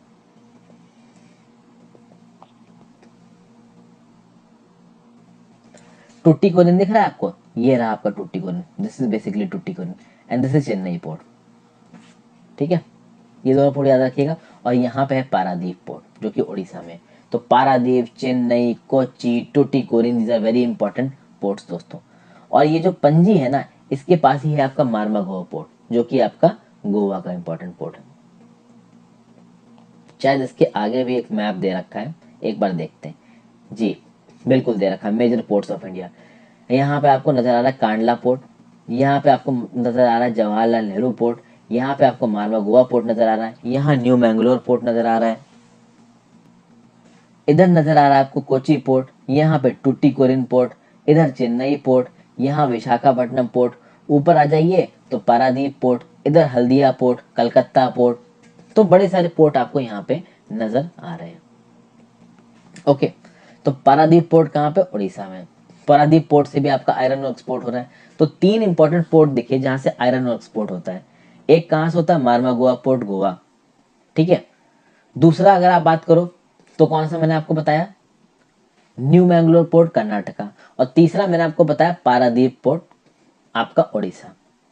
कोलकाता की बात करिए तो क्या कोलकाता एक किस तरीके का पोर्ट है? तो दिस इज बेसिकली रिवरीन पोर्ट, एक रिवर पे है ये। ओके, तो भैया कोलकाता पोर्ट बहुत इंपॉर्टेंट है। आपको पता है कोलकाता एक इंडस्ट्रियल इलाका है, तो यहाँ पे काफी अमीर लोग रहते हैं, ट्रेड अच्छा खासा होता है। तो भाई कोलकाता के रीजन को सर्व करने के लिए कोलकाता पोर्ट बनाया गया। एक समय के बाद कोलकाता पोर्ट के ऊपर जब बहुत ज्यादा प्रेशर आया तो भैया कोलकाता पोर्ट के अल्टरनेटिव की तरह हल्दिया पोर्ट बना दिया गया। हल्दिया पोर्ट कोलकाता पोर्ट का एक सब्सिडरी पोर्ट है। क्यों? कि अगर कलकत्ता के ऊपर प्रेशर ज्यादा आ रहा है तो कलकत्ता पोर्ट के कुछ कार्गो को आप हल्दिया पोर्ट की तरफ डाइवर्ट कर दोगे। ये भी एक टाइडल पोर्ट है। टाइडल पोर्ट मतलब कांस्टेंट ड्रेजिंग की जरूरत है हुगली नदी में। देखिए मान लीजिए दोस्तों, ये है आपकी नदी, इधर ये है सिरा जहाँ पे आके शिप्स डॉक करते हैं। अभी नीचे की तरफ ये जो डेप्थ है ना पानी की, यहाँ पे धीरे धीरे सेडिमेंट्स जमा होते जाएंगे, से जमा होते जाएंगे, जमा होते जाएंगे। जब सेडिमेंट्स डेप्थ पे जमा होते जाएंगे तो पानी की गहराई कम होती जाएगी। जितनी कम पानी की गहराई होती जाएगी उतने ही बड़े शिप्स यहाँ कम डॉक कर सकते हैं। इसी रेगुलरली ड्रेजिंग मशीन के थ्रू जो नीचे सिल्ट का डिपोजिशन हो रहा है ना, इसको उखाड़ के फेंका जाता है। This is basically dredging. जो नेचुरल पोर्ट्स नहीं होते हैं और जो खासकर टाइडल पोर्ट्स होते हैं, तो टाइड्स के साथ साथ बहुत सारे सेडिमेंट्स आते हैं और वो सेडिमेंट इन इलाकों में आके जमा हो जाते हैं। और अगर उनको ड्रेजिंग के थ्रू समय पे नहीं हटाया गया तो भाई बड़े शिप्स यहाँ डॉक नहीं हो पाएंगे। इसलिए आप देखोगे कि हमारे देश के ऐसे बहुत से पोर्ट्स हैं, फॉर एग्जाम्पल हल्दिया, जहाँ पे रेगुलरली हमको ड्रेजिंग करने की जरूरत पड़ती है ताकि गहराई मेंटेन रहे और बड़े शिप्स यहाँ पे डॉक हो सके। ये एक बड़ा शिप आपको दिख रहा है, टूटीकोरिन पोर्ट पे ओवरसाइज कार्गो चढ़ाया जा रहा है। आज के डेट में सबसे तेज कोई अगर ट्रेवल का मोड है तो ऑब्वियस सी बात है वो एयरवेज है। इसको बहुत कंफर्टेबली माना जाता है और भैया प्रेस्टिजियस भी माना जाता है। अभी से 5 से 6 साल पहले आप चले जाइए तो एरोप्लेन में बैठना एक बड़ी बात समझी जाती है। जब मैं लखनऊ में रहता था तो लखनऊ में अमौसी नाम की जगह पे एयरपोर्ट है। तो कभी कभी मैं वहाँ सामने से निकलता था, अमौसी से लगभग 2 या 3 किलोमीटर की दूरी मेरा घर है। तो वहाँ पे अक्सर कर लोग खड़े हो जाते थे। एक्चुअली में क्या, जो अमौसी एयरपोर्ट है उसकी जो पट्टी है ना हवाई जहाज की, जहाँ पे प्लेन्स लैंड करते हैं या जहाँ से टेक ऑफ करते हैं, तो जब भी लैंड या टेक ऑफ करते थे तो लोग वहाँ खड़े होकर देखते थे। जब मैं छोटा था तो मैं भी देखता था कि हाँ भाई प्लेन उतर रहा है, प्लेन चढ़ रहा है, तो अच्छा सा लगता था देख के, सोचते थे कभी बैठेंगे इसमें। तो उस समय पे जब हम लोग इसको, जब मैं इस चीज़ को देखता था तो उस समय तक ये एक बहुत प्रेस्टिजियस मोड था। उस समय पे ये एक व्यू पॉइंट था लोगों के दिमाग में कि भैया एरोप्लेन में तो अमीर आदमी ही बैठता है, नॉर्मल आदमी एरोप्लेन में नहीं बैठ सकता। लेकिन आज की डेट में एरोप्लेन में बैठना एक बहुत आम बात हो गई है। तो अगर किसी को, मान लीजिए मुझे मुंबई से लखनऊ जाना है, तो मेरी जो सेकंड एसी की ट्रेन की टिकट आई 2000 की, तो एक बार को मैं सोचूंगा कि यार कौन 24 घंटे ट्रेन में बैठेगा, मैं एक काम करता हूँ 3,500 या 4,000 रुपए की सीधी फ्लाइट करा देता हूँ, 2 घंटे में पहुंच जाऊंगा तो पूरा दिन मेरा बच जाएगा। तो इस तरीके की थिंकिंग आ गई है। उसकी कुछ वजह है, एक तो लोगों की जो परचेसिंग पावर कैपेसिटी है वो बढ़ गई है। दूसरी बात, जो एयर ट्रेवल है वो सस्ता हो गया है। पहले जो टिकटें 12,000, 15,000, 20,000 की मिलती थी, 25,000 की मिलती थी, वो अब 4 या 5,000 पे आ गई। कंपटीशन बढ़ गया है, सरकार ने इंटरवेंशन किया है और ये बहुत ज़रूरी है, क्योंकि एयर ट्रेवल जितना सस्ता होगा और जितना एफिशिएंट होगा और जितनी आसानी से अवेलेबल होगा, उतना ही ज़्यादा देश की इकोनॉमी बढ़ेगी, इंटर मोबिलिटी देश के अंदर बढ़ेगी।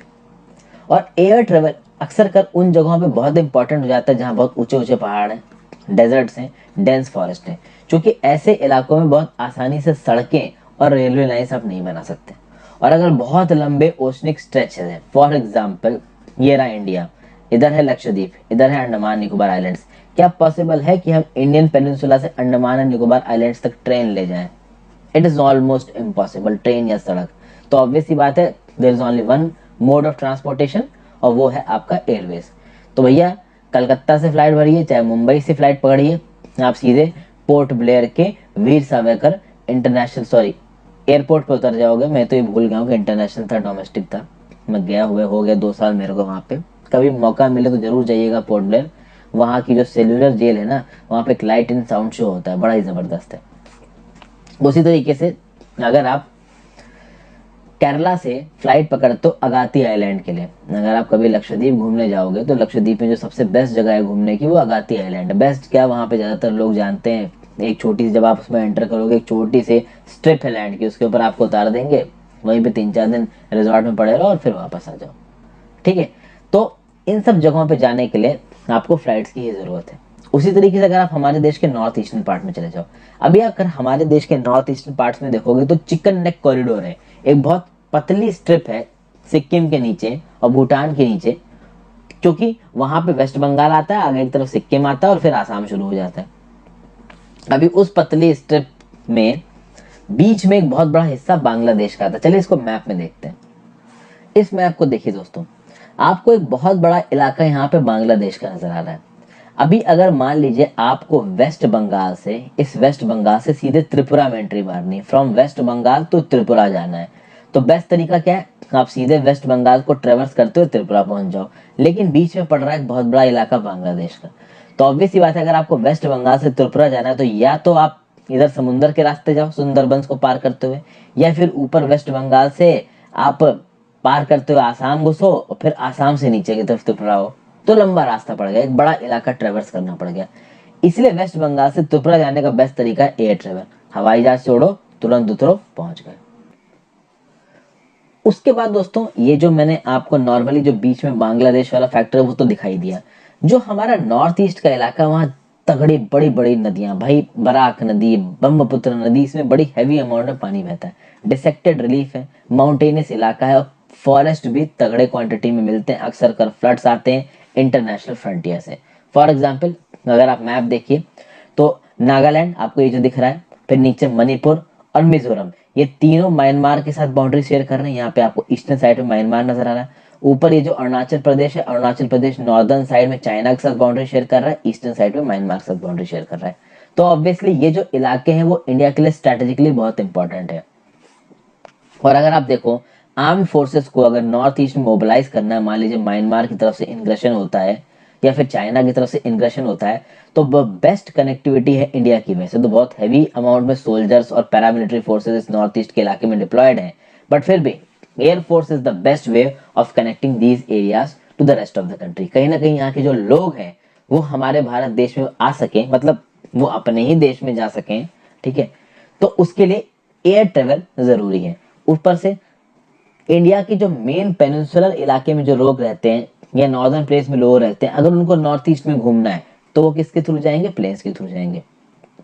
नॉर्मल का ट्रेन से इतनी लंबी जर्नी प्रेफर करना लोग पसंद नहीं करते। अगर किसी को दिल्ली से त्रिपुरा जाना है तो फ्लाइट पकड़ के जाएगा, ठीक है ना। त्रिपुरा से दिल्ली आना है तो फ्लाइट पकड़ के जाएगा।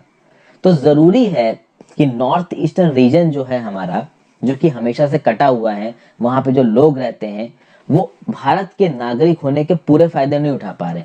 क्यों? क्योंकि जो उनका लैंड मास है वो भारत से बहुत हद तक कटा हुआ है। तो जरूरी है कि नॉर्थ ईस्ट का जो आप कह सकते हो एसोसिएशन है इंडिया के साथ, वो बना रहे और उसमें एयर ट्रेवल एक मेजर रोल प्ले करता है। एयर ट्रांसपोर्ट को नेशनलाइज कर दिया गया था 1953 में। नेशनलाइज करने का मतलब ये नहीं है कि भाई प्राइवेटाइजेशन खत्म कर दिया गया।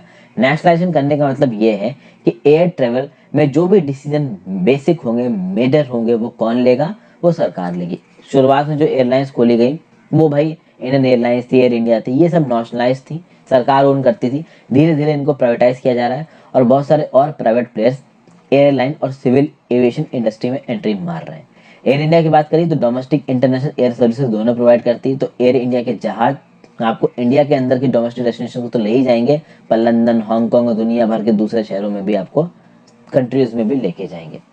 फिर इंडिया में जो पवन हंस हेलीकॉप्टर्स लिमिटेड की जो सर्विसेज हैं, ये हेलीकॉप्टर सर्विसेज प्रोवाइड करता है पवन हंस हेलीकॉप्टर्स लिमिटेड। किसको? तो oil and natural gas corporation की जो ऑफशोर ऑपरेशंस होते हैं। अब आप बोलोगे ऑफशोर ऑपरेशंस क्या होते हैं? तो ये रहा इंडिया। अभी मान लीजिए इधर है मुंबई, ओएनजीसी का बॉम्बे हाई में कोई गैस एक्सट्रैक्शन या ऑयल एक्सट्रैक्शन प्लांट है। तो ये लैंड पे नहीं है, ये समुंदर में है। तो अभी लैंड से समुंदर तक जाना है तो या तो बोट से जाओगे, हेलीकॉप्टर से जाओगे। तो लोगों को सही समय पर इस तक पहुंचाना ये किसका काम है? हेलीकॉप्टर का काम है, जिसकी सर्विस प्रोवाइड करता है पवन हंस हेलीकॉप्टर्स लिमिटेड। फिर इन हेलीकॉप्टर्स की मदद से आप इनएक्सेसिबल और डिफिकल्ट टेरेन्स में जा सकते हो। तो ये डिफिकल्ट टेरेन्स आपको नॉर्थ ईस्टर्न रीजन से मिलेंगी। क्यों?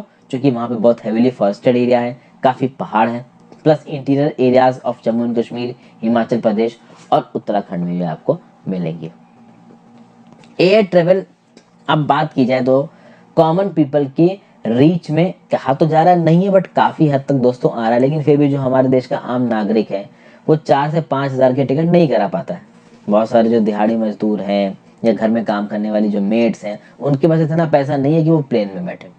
ओके, जरूरी ये है कि जो नॉर्थ ईस्टर्न इंडिया के जो लोग हैं उनके लिए जो एयर ट्रेवल की सर्विसेज है वो मेजर बेसिस पे अवेलेबल कराई जाए। रीजन कि भैया उन इलाकों को रोड्स और रेलवेज से इंडिया को कनेक्ट करना उसकी नेचुरल ज्योग्राफिकल बैरियर्स हैं। नॉर्थ ईस्ट को पूरी तरीके से आप मेनलैंड पेनिनसुला से, इंडियन पेनिनसुला से जोड़ पाओ, उसके प्रॉपर नेचुरल बैरियर्स है बीच में। कुछ तो ज्योग्राफिकल बैरियर्स है, पॉलिटिकल बैरियर्स के बीच में भाई बांग्लादेश पड़ गया तो अब क्या करें, और कुछ रोड वाले बैरियर्स हैं। तो पहाड़ी इलाके से कनेक्ट होती है इंडियन पेनिनसुलर लैंडमास और नॉर्थ ईस्टर्न इंडिया, जिसके चलते रोड और रेलवेज की लिमिटेशन है। तो भैया एयर ट्रेवल बहुत जरूरी है, खासकर नॉर्थ ईस्टर्न रीजन के लोग। केवल नॉर्थ ईस्टर्न रीजन नहीं, अंडमान निकोबार की बात कर लीजिए, लक्षद्वीप की बात कर लीजिए, हिमालयन रीजन्स की बात कर लीजिए, राजस्थान की बात कर लीजिए, हर जगह के लिए। अब बात करते हैं कम्युनिकेशंस की।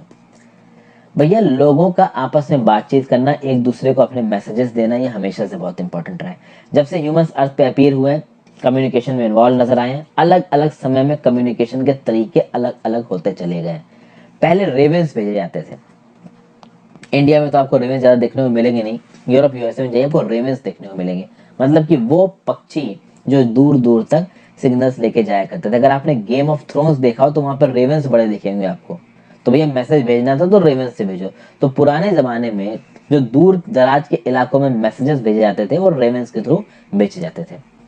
तो long distance communication is far easier without physical movement of communicator और रिसीवर।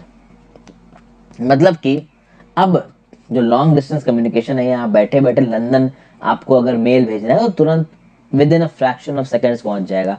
फोन मिलाइए, लंदन में बैठे किसी भी इंसान से आपकी बात हो जाएगी। तो अब जो ये लॉन्ग डिस्टेंस कम्युनिकेशन है काफ़ी आसान हो गया है। पर्सनल कम्युनिकेशन भी आप कर सकते हो, मास कम्युनिकेशन भी है।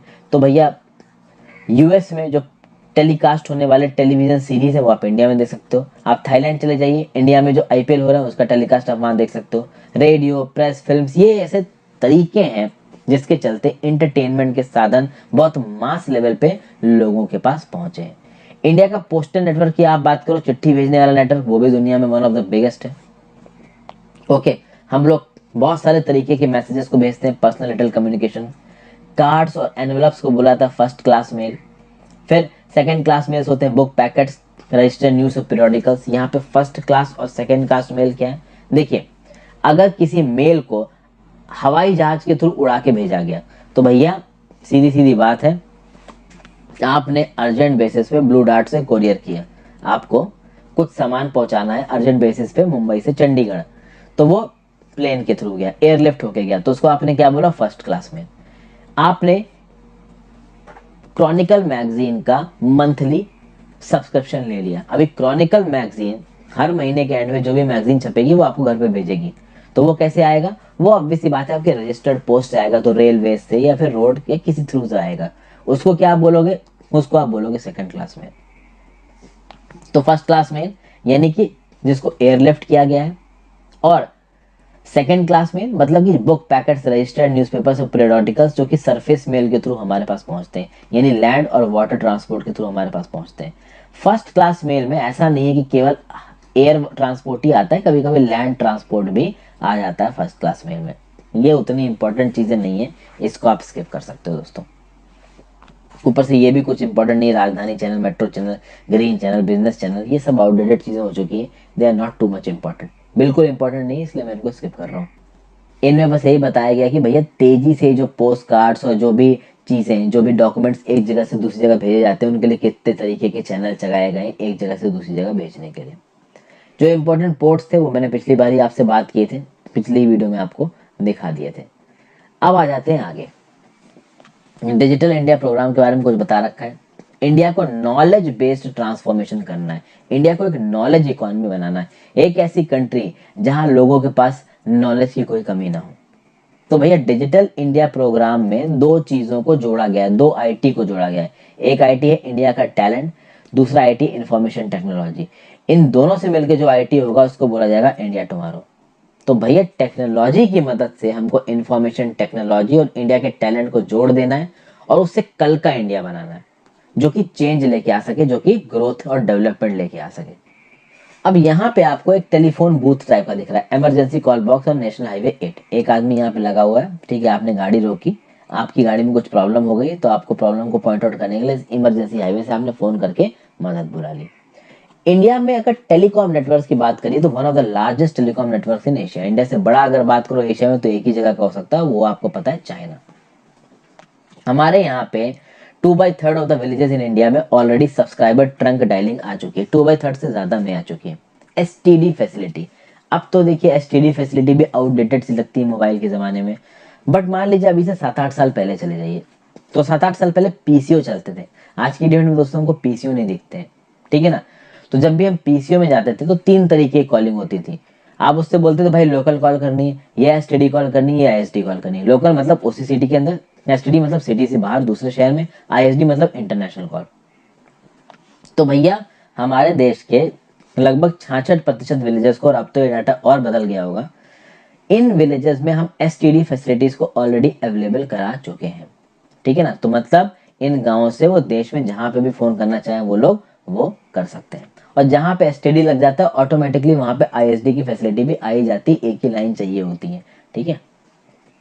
फिर बात की जाए, अगर मतलब in order to strengthen the flow of information from grassroots to higher level, the government has made special provision to extend 24 hours STD facility to every village in the country। यानी कि भैया हर विलेज में 24 घंटे की STD की facility लगाइए, किसी को अपने घर वाले से बात करना है, दुनिया में कहीं बात करना है, तो वो चीज़ मिल जाए। STD की जो रेट्स रखे गए वो भी यूनिफॉर्म रखे गए, और STD इतने प्रोएक्टिव बेसिस पे हम इम्प्लीमेंट इसलिए कर पा रहे हैं क्योंकि कहीं ना कहीं हमने कम्युनिकेशन टेक्नोलॉजी को स्पेस टेक्नोलॉजी से कनेक्ट कर दिया है। अगर आप बैठे बैठे लंदन में बैठे एक आदमी से बात करो तो ऑब्वियस सी बात है वो टेलीफोन लाइन के थ्रू आप बात नहीं कर रहे हो, वो सैटेलाइट कम्युनिकेशन के थ्रू बात हो रही है। लेकिन कहीं ना कहीं वो जो टेली कम्युनिकेशन इक्विपमेंट्स थे, तो कम्युनिकेशन वाली टेक्नोलॉजी को आपने स्पेस टेक्नोलॉजी के साथ मिला के ये चीज पॉसिबल है। तो आईएसडी एसटीडी जो कॉलिंग है ना, this is basically a mixture of 2 technologies, communication technology and space technology. आगे बात करते हैं मास कम्युनिकेशन। अच्छा, कम्युनिकेशन और स्पेस टेक्नोलॉजी का मतलब क्या आप समझ पा रहे हैं ना। मान लीजिए आईएसडी बूथ है, ये आईएसडी बूथ से आपने किसी को बैठे बैठे लंदन में कॉल किया, अभी आप इंडिया में हो, ओके। अभी ये जो आईएसडी, ये जो सॉरी आपका एसटीडी बूथ है, ये एसटीडी बूथ जो सेंट्रल टेलीकॉम वाला सर्वर होगा वहां पे कॉल को प्लेस करेगा ऑटोमेटिकली। ये सेंट्रल टेलीकॉम सर्वर का जो कनेक्शन होगा वो किसी सैटेलाइट के थ्रू होगा। ये जो कॉल है वो ऑटोमेटिकली सैटेलाइट के पास जाएगी। ये सैटेलाइट लंदन के थ्रू सिग्नल्स को बीम करेगा, या फिर अगर सीधे नहीं कर पाया तो किसी दूसरी सैटेलाइट के थ्रू जो कि लंदन के ऊपर होगा उसके थ्रू सिग्नल्स को बीम करेगा। और फाइनली एक कॉल कनेक्ट होगी जो कि लंदन और इंडिया के बीच में जो सिग्नल्स इनको सीधे सीधे ट्रांसफर कर रही होगी। और एक टाइम पे ऐसे लाखों करोड़ों कॉल्स चल सकती है। तो एक एक ये जो सैटेलाइट्स हैं they are so much capable कि एक समय पे वो लाखों करोड़ों कॉल्स को हैंडल कर सकते हैं। अब बात की जाए मास कम्युनिकेशन की। मास कम्युनिकेशन मतलब कि मेजर कम्युनिकेशन, मतलब एक चीज को आप बहुत बड़ी पॉपुलेशन के पास पहुंचा रहे हो तो क्या हो गया, मास कम्युनिकेशन हो गया। एंटरटेनमेंट में इस चीज का प्रयोग किया जाता है। तो आप देखिए रेडियो में, टेलीविजन में, newspaper, magazines, books and films, these are basically means of mass communication. इनके थ्रू बहुत तरीके के एंटरटेनमेंट भी होते हैं। इसका जो बेस्ट एग्जाम्पल है वो है इंडियन रेडियो आकाशवाणी।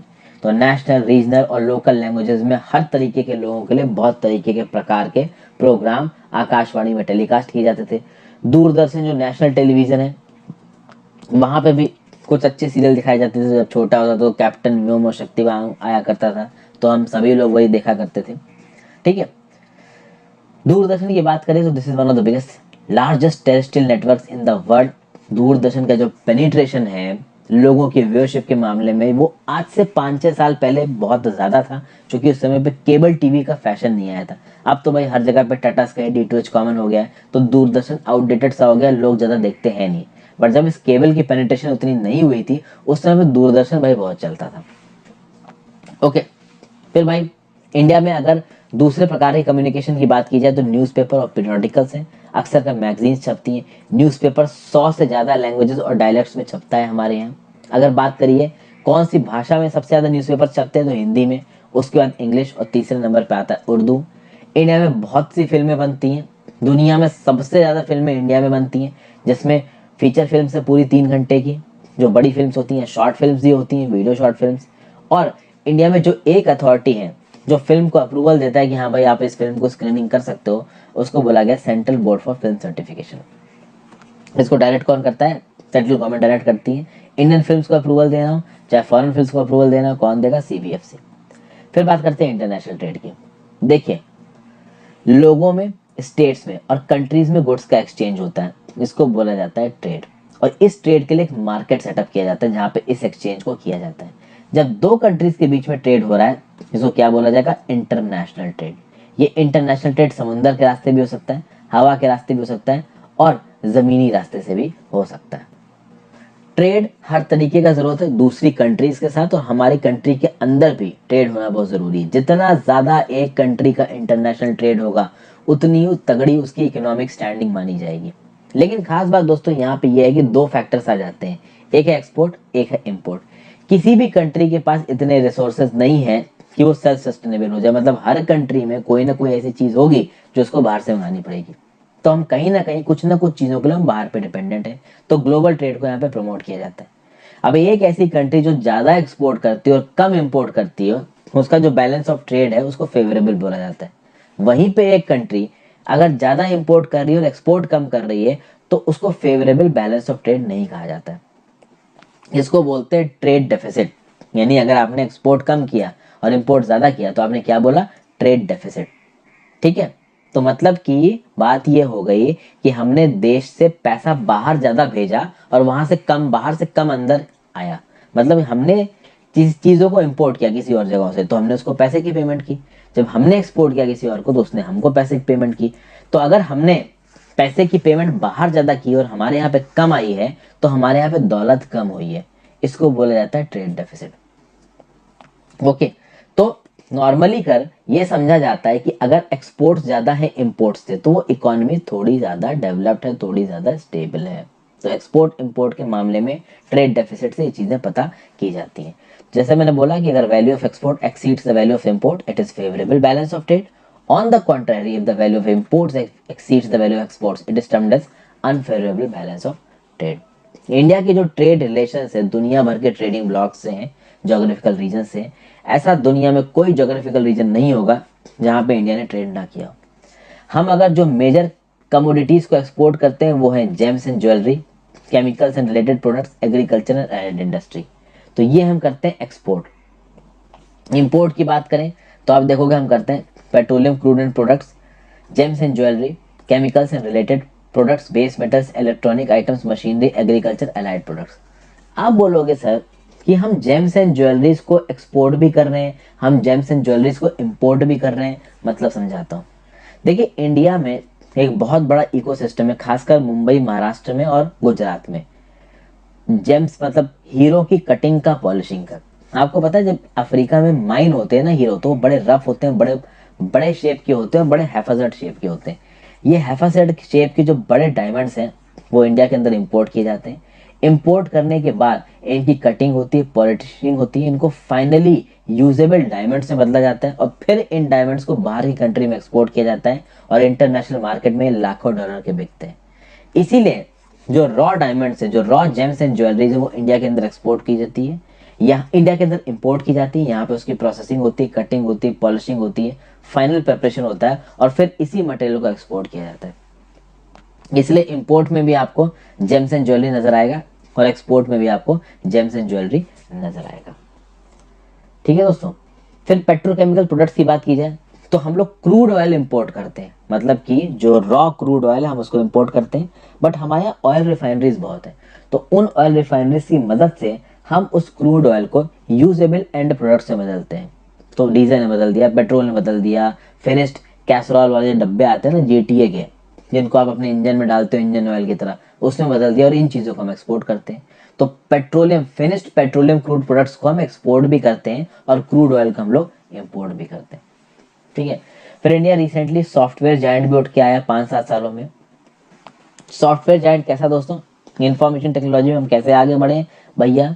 जो बड़ी बड़ी कंपनीज है यूएसए की, यूके की, यूएसए की, वो क्या करती हैं? वो अपने कॉल सेंटर चलाती हैं। उनके बड़े बड़े टेलीफोन कंपनीज चल रही हैं, उनके कॉल सेंटर खोल दिए उन्होंने इंडिया में।